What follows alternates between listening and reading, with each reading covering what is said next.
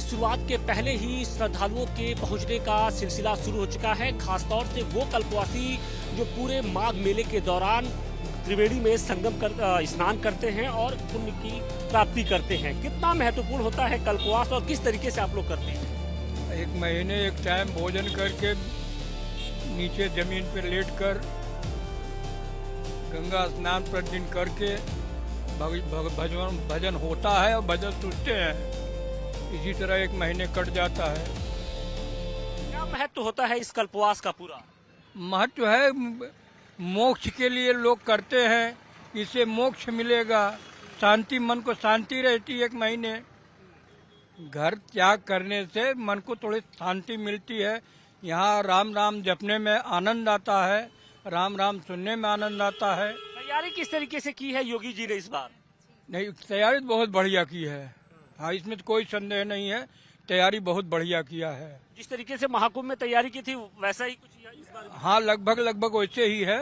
थोड़ा अभी घाट इनका अभी सही नहीं हो पाया है, वो भी तैयार कर रहे हैं। कितना महत्व होता है कल्पवास का और कैसे आप लोग कल्पवास करते हैं? या उपवास का बहुत महत्व है। हम लोग हर साल आता है, इधर उपवास करता है, इधर रहता है, देखता है, घूमता है। दिनचर्या क्या रहती है? दिनचर्या क्या रहती है? कैसे क्या करते हैं सुबह से शाम को नहा को भगवान का जप करता है, नाम करता है। मैं लोग देखता है, मन में खुश लगता है, आनंद लगता है। आप भी कल्पवास करती हैं? नहीं, हम आते हैं, नहाते हैं, हमका अच्छा। कहाँ से आप लोग आए? हम लोग कोलकाता से आए। कोलकाता से आए? हाँ, कोलकाता से आए। संगम की रेती पर एक बार फिर से आस्था का जन सैलाब उमड़ा है। साधु संतों की आमद से त्रिवेणी का किनारा आबाद हो गया है। जी हां, महाकुंभ के बाद अब माघ मेले की बारी है, जिसकी शुरुआत शनिवार से हो रही है। 3 जनवरी से 15 फरवरी तक माघ मेले का आयोजन किया जा रहा है और इस दौरान देश दुनिया के लगभग 12 से 15 करोड़ लोगों के त्रिवेणी में डुबकी लगाने की संभावना है।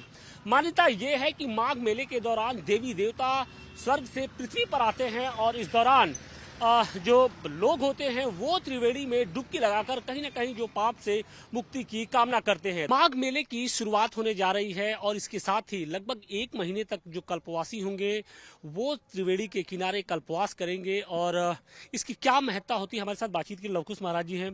गुरु जी, एक तो सबसे पहले कि कल्पवास और माघ मेले का क्या महत्व होता है उसके बारे में जरा हमारे दर्शकों को बताइए।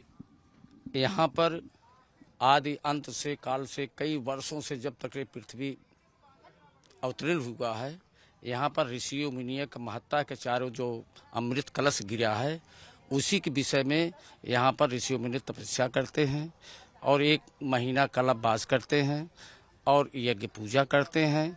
1 महीना का फल यहाँ पर मिलता है। आप लोगों का भी ये जो डेरा है वो लग चुका है। यहाँ पर हम देख रहे हैं कि एक यज्ञ के लिए हवन वो भी बनाया गया है, यज्ञ कुंड बनाया गया है। इसके बारे में बताइए जरा कि किस तरीके से, क्योंकि अखाड़ों का जब महाकुंभ होता है तो वहाँ अखाड़े लगते हैं, धर्म ध्वजा फहराई जाती है, लेकिन उससे माघ मेला कितना अंतर होता है? माघ मेला और कुंभ में बहुत अंतर है। माघ मेला है जो साल में 12 साल पे यहाँ पर कुंभ लगता है। 4 कुंभ का महत्व है। प्रयाग, नासिक, उज्जैन, हरिद्वार, यहाँ पर 4 किस्म का कलश भगवान ने गिरा, जो पार्वती और शंकर भगवान का यहाँ कलश गिरा है, अमृत कलश। उसके महत्व साधु महात्मा, यहाँ यज्ञ का महत्व ज़्यादा है। भरद्वाज मुनि आश्रम जो यहाँ से कुछ ही दूरी पे है, वहाँ पर यज्ञ बराबर चलता रहता है।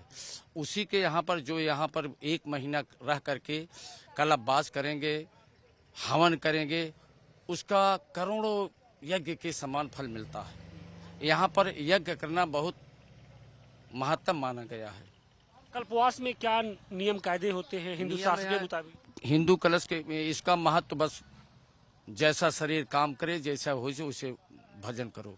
फिर भी कल्पवास के लिए क्या नियम कायदे हिंदू शास्त्र में बनाए गए हैं? उसका नियम यह है कि एक समय भोजन करिए, शाम तक भोजन करिए, न पलहार पर रहिए, जैसे शरीर जिसका काम करे उसी प्रकार रहना चाहिए। 1 महीना कल्पवास के उपवास, जमीन पे सोना, धरती पे सोना, यही लिखा हुआ है। अच्छा, योगी जी ने इस बार क्या खास तैयारी की है कुछ कल, क्योंकि कहा जा रहा है कि महाकुंभ की तर्ज पे माघ मेले के लिए भी उन्होंने काम किया है। भाई योगी जी तो भाई धार्मिक चीज में तो लगे हुए हैं, लेकिन खास व्यवस्था अब हमारे मुंह से न कहवाइए, खास लोगों के लिए ही है। खास बस ये तो बात कर। लेकिन फिर भी ओवरऑल मतलब व्यवस्थाएं कुछ व्यवस्था सब ठीक है, व्यवस्था तो हम लोग गंगा मैया करते हैं, वो लोग क्या करेंगे। यहाँ पर तो साधु महात्मा ऋषि मुनि का धर्मस्थली, वो तो स्वयं गंगा मैया यहाँ पर व्यवस्था करती है। सूरत से तो कल्पवास ये चौथा साल है हमारा, 4 वर्ष हो गए। मेरे पिताजी ने यहाँ 18 कल्पवास किए थे, और कल्पवास में ये लव कुश मंदिर के महंत है राम केवल दास जी महाराज, ये बहुत सुंदर कल्पवास करवाते हैं विधि विधान से। किस तरीके से, क्या नियम कायदे के अनुसार हिंदू शास्त्र के मुताबिक किस तरीके से आप लोग एक महीने तक रहते हैं? हमें 1 महीने तक एक टाइम भोजन करते हैं और गंगा स्नान 2 बार करते हैं। तो वो महत्व है इसका गंगा स्नान का, और हवन का बहुत महत्व है। तिल जितने जले उतने बढ़िया। तैयारियां कैसी की गई हैं इस बार? तैयारियां अब की बार लेट कर दिया था, 19 तारीख को जगह दी है, तो भी एक जगह मिलती है 1 महीने पहले, तो व्यवस्था करने में बहुत तकलीफ हुई है। महाराज जी ने व्यवस्था बढ़िया की है, योगी जी ने बढ़िया की है, लेकिन जो सामान मिलना चाहिए था अब की बार कम मिला है, मिला भी कम है, लेट मिला है, बाकी ये व्यवस्था बढ़िया है। हिंदुत्व और सनातन को लेकर सीएम योगी आदित्यनाथ का विजन बिल्कुल लाउड एंड क्लियर है, और यही कारण है कि महाकुंभ की तर्ज पर इस बार माघ मेले में भी विशेष इंतजाम किए गए हैं। संगम क्षेत्र में आने वाले करोड़ों श्रद्धालुओं की सुरक्षा, यातायात व्यवस्था, चिकित्सा सुविधा और इसके अलावा जो तमाम जो बुनियादी सुविधाएं होती हैं उनका विशेष ख्याल रखा जा रहा है। और देखिए, इस वक्त हमारी मौजूदगी संगम क्षेत्र के अंदर ही है, और इस दौरान क्या कुछ सुविधाएं दी जा रही हैं उसकी जो तस्वीरें हैं वो हम आपको दिखा रहे हैं कि खासतौर से इस बार भी स्वच्छता पर विशेष फोकस किया जा रहा है।